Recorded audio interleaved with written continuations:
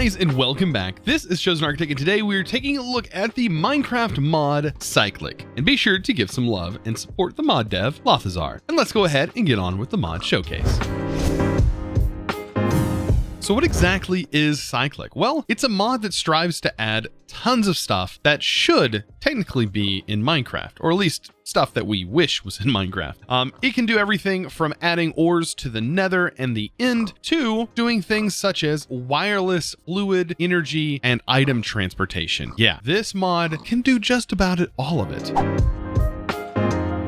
So let's go ahead and take a look at some of the basic items that exist inside of Cyclic. So at first we have armor and tools.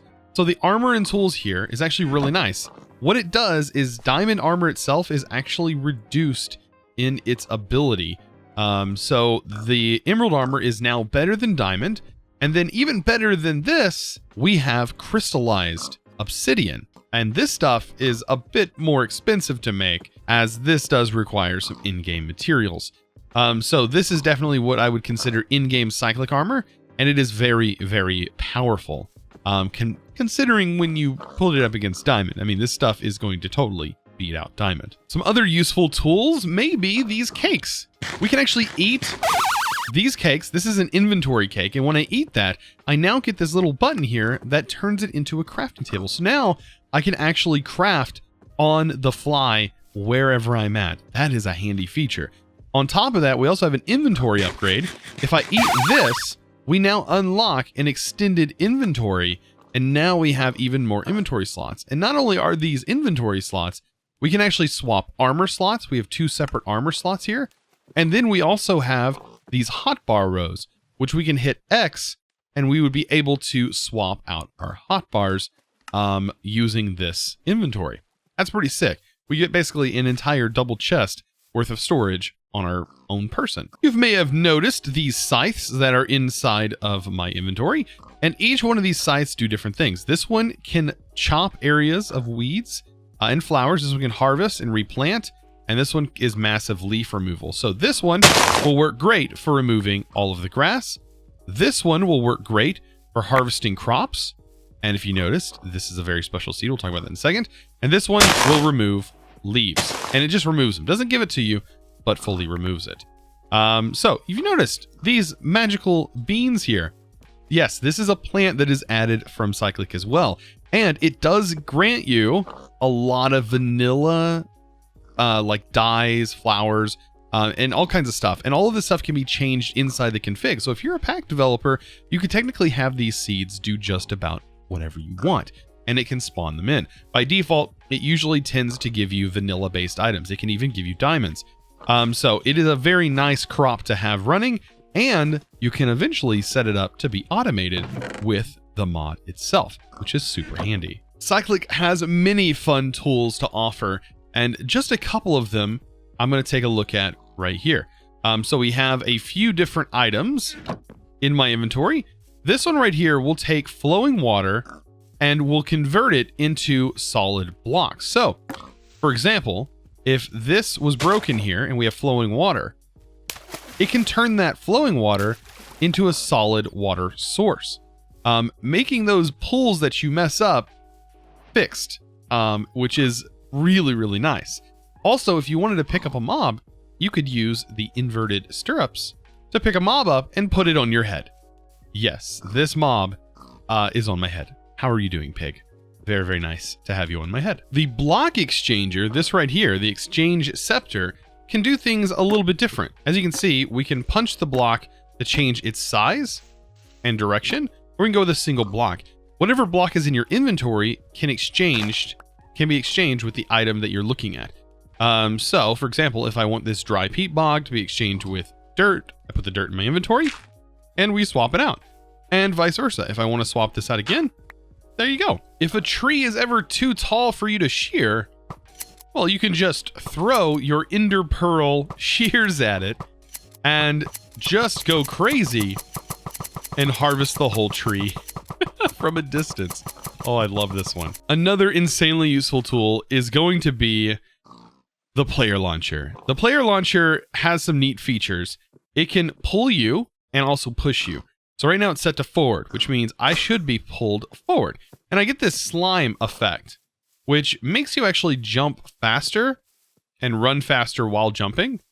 It's pretty fast and can be kind of dangerous, especially when you combine this with other mods. But if you click on the ground, you can see it's set to reverse now, which means I will be pushed backwards. But you get pushed a lot further when you get pushed backwards. So let's go ahead and shoot myself up in the air. And you can see we go quite the distance. But you can also jump and let this release and get even more distance. So another really useful tool, and definitely is great when combined with some slime boots from, I don't know, a mod called Tinker's Construct. So let's just say we want to take a trip mining. Well, we have a little bit of gear here that we can take mining with us. And there's a lot of gear to go over. So as you can see, we're going down in this dark tunnel, and there's a couple of ways we can combat this. One is a night vision helmet. Yes, as long as you have this helmet on, you will have night vision. It is fantastic. But let's just say you don't want that and you want your full armor to protect yourself. Well, you can also use a thing called an automatic torch placer. So you can see as we stepped into darkness, it automatically placed it. Now you can right click on these in your inventory to turn them off. And then any torches you pick up will be consumed by this. But if you want to do it manually, there's also a torch launcher. So we can actually shoot this torch all the way over there from a great distance. This is a very, very useful tool as well for getting around a cave. Now, you also notice I have some dynamite. This right here is combat dynamite, which we can throw, and it doesn't really do damage to us, but it will to everything else. And it doesn't destroy blocks. Now, this is mining dynamite.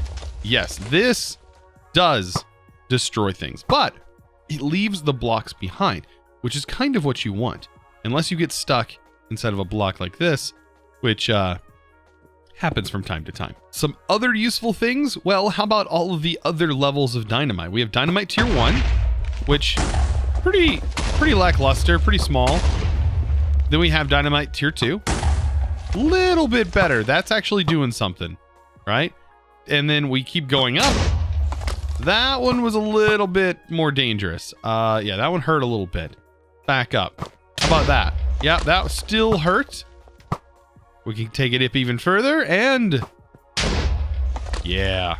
So let's just say the top tier one acts a little bit more like an end crystal as far as how much explosion damage it does. And all of this is super, super fun to mess with. Now, let's talk about some of the other stuff that we can do over in the cave. So what if you want mobs to spawn a little bit faster, or maybe more mobs to spawn? I know that sounds crazy, but if you light this water candle, that's exactly what it does. It will cause mobs to spawn more frequently.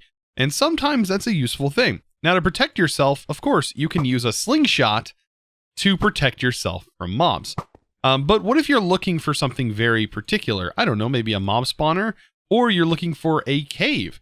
Well, the cave finder has the potential to do that, and the spawner seeker has the potential to find spawners, right?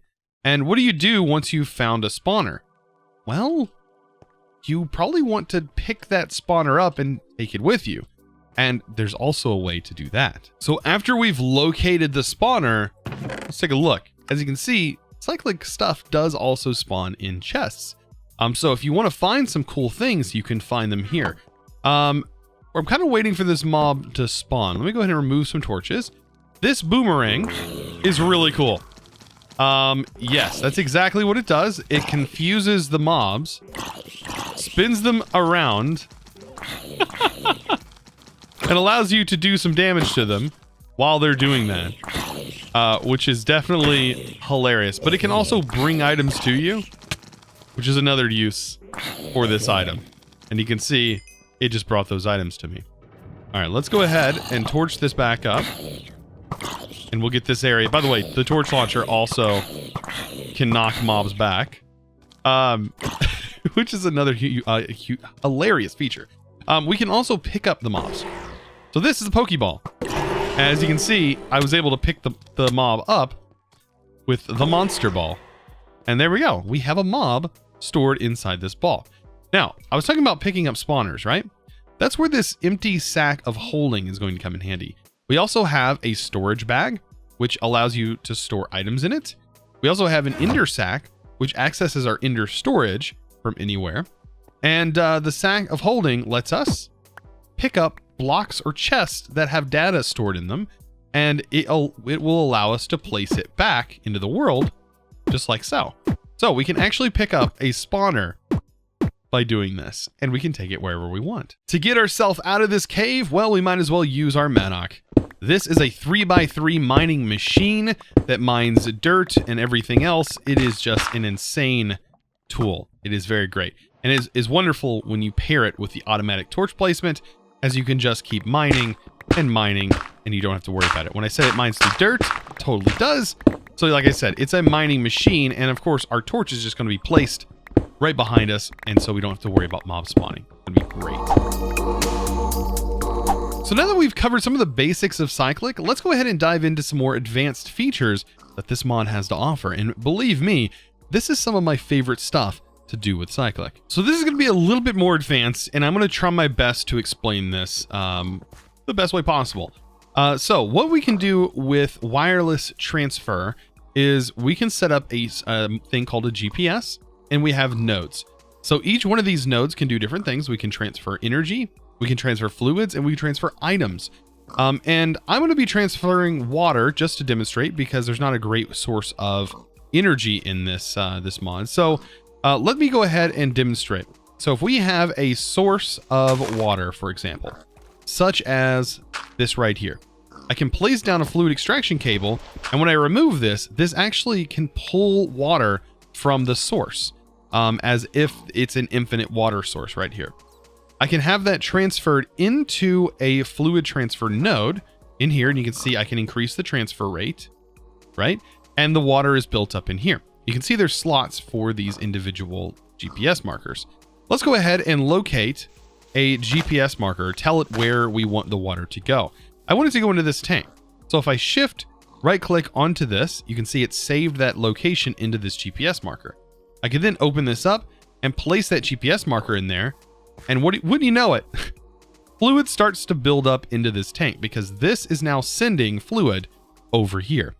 This is super, super fun to set up things. It works with items, as you can see, and energy. So we have items, or we have energy right here that can be filled up, and we have a slot for items. So all of this is fantastic. It works infinite range. I believe it's infinite range. I don't know if it's cross-dimensional, but it does work infinitely as far as range goes.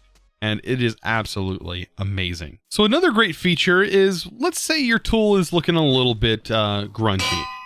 We've lowered the durability on our tool, and we want to repair it. Well, we can do that with a couple of different kinds of anvils. There is a magma anvil, and there is also a power anvil right here. This one requires energy to repair your tools. This one requires lava. So if I put my tool in here, and I give it some lava by right-clicking the lava onto it, it should start to slowly but surely repair the durability. And if I hit F3 and H, I can see how much durability is on my pick. You can see 24 out of 131. Hit it with another bucket of lava, and you can see now it is fully repaired. So this will take lava and repair your tool. The other one will use energy. It's a useful thing. You don't realize how often you would like to repair your tool quickly without needing some kind of special enchantment to do so. So let's go ahead and now take a look at some of the useful blocks that exist in Cyclic as well. These are very, very useful machines, and we can go ahead and take a look at some of them. Let's go ahead and place this one down. What we have here is a controlled miner. This will allow us to put a tool in here and give it power, and it will actually mine in the area that we have defined, which we can set it up to be a 1 block space or whatever we may want it to be. And this will set the mine height. You can also show how big of an area it's going to mine, and this will mine it. This will take that tool and we'll start to harvest with it. Super, super amazing. Over here, we have an automated user. This pretty much works the same way, except for instead of a tool, it's going to use a sword.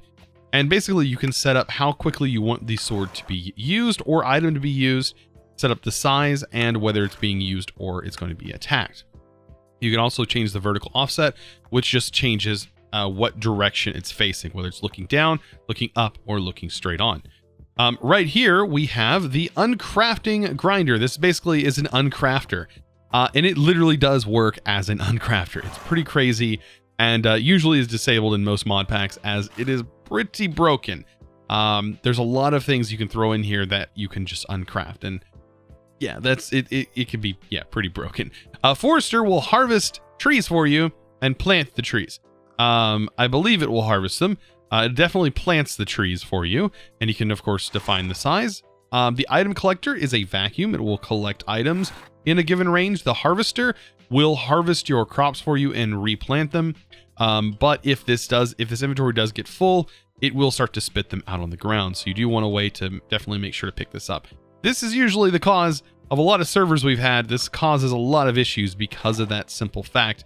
It will not shut off once it's full. It will keep going, and then the items just get spit onto the ground. The structure builder basically will allow you to define a lot of stuff. This is a super advanced builder. As you can see, I just defined this giant ring around it, a square that's 26 blocks. But if you set this further down, we now have a square that is that size based around this. You could do a solid square. You can do a dome, a cup. There's all kinds of different useful things that you can put in here. So pretty crazy. You can also define where you want that location to start using a GPS marker. Also, we have a block miner. This will mine the block that's directly in front of it, so long as you give it the proper stuff to do. So that was the item collector, I believe, that picked this up. You can see. But if we put this here, block miner, you can see it's going to break the block. And then, of course, this picked it up again.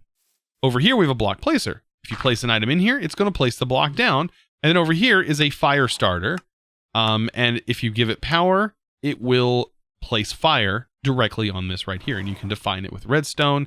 You have dark fire, you have frost fire, and you have fire. So you can basically set up different fire types that are related to this mod. So some really useful items that you can kind of mess with other mobs with. For one is going to be this one. This one will mess with us. If we eat this, it will give us step up like a horse. So then we can just, instead of jumping, we can just walk up.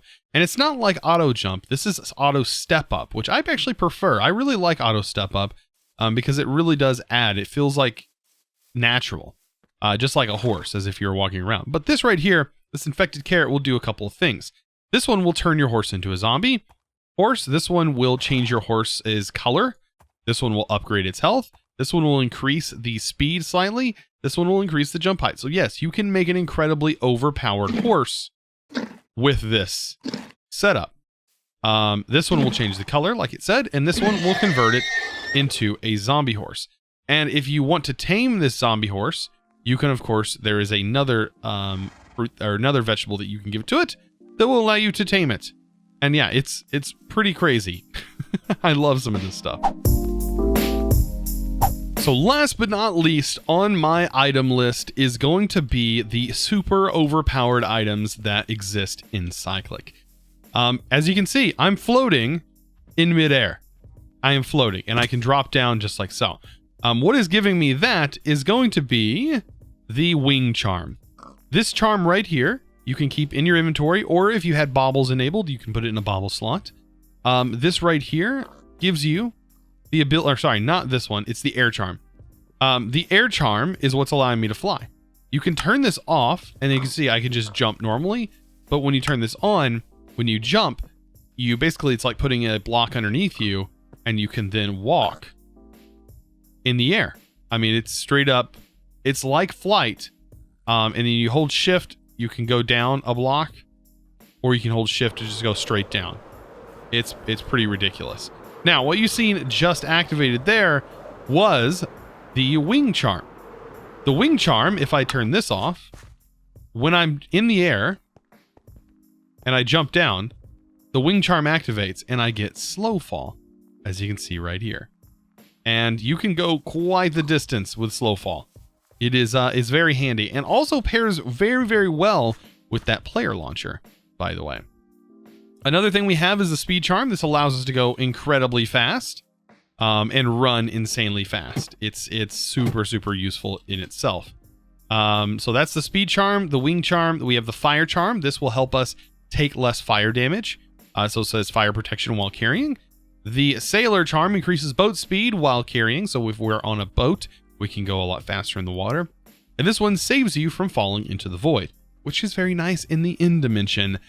So I recommend having one of these on. Now, some of the other things, climbing gloves. Basically, you become a spider. You can climb up walls, and it's super, super handy.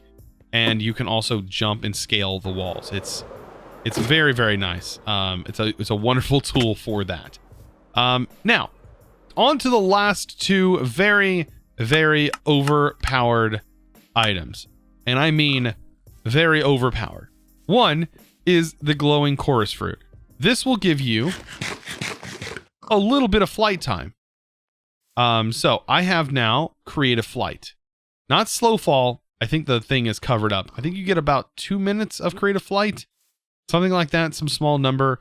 But you can add this. The more of these you eat, the more time you'll get. You can see in the top right-hand corner, I have 2 minutes of flight. That's where it's showing it.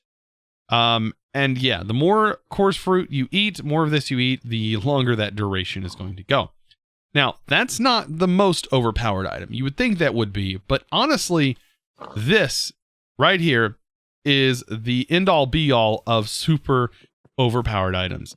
It gives you spectator and allows you to go through walls for a short period of time. Yes, I am doing this in survival. I can go all the way to the bottom of the world. I see gold down here and I want to mine it.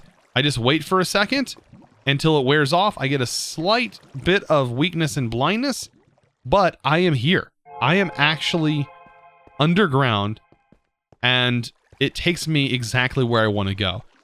Super crazy powerful, and especially when you have mods that have dungeons that are hidden underground, this is a very useful tool for finding those dungeons. Well guys, I hope you enjoyed today's video. I know I have covered just about all of the items inside of Cyclic, but there are several other features that I recommend checking out the Curse Forge page that I'll have listed down in the description below.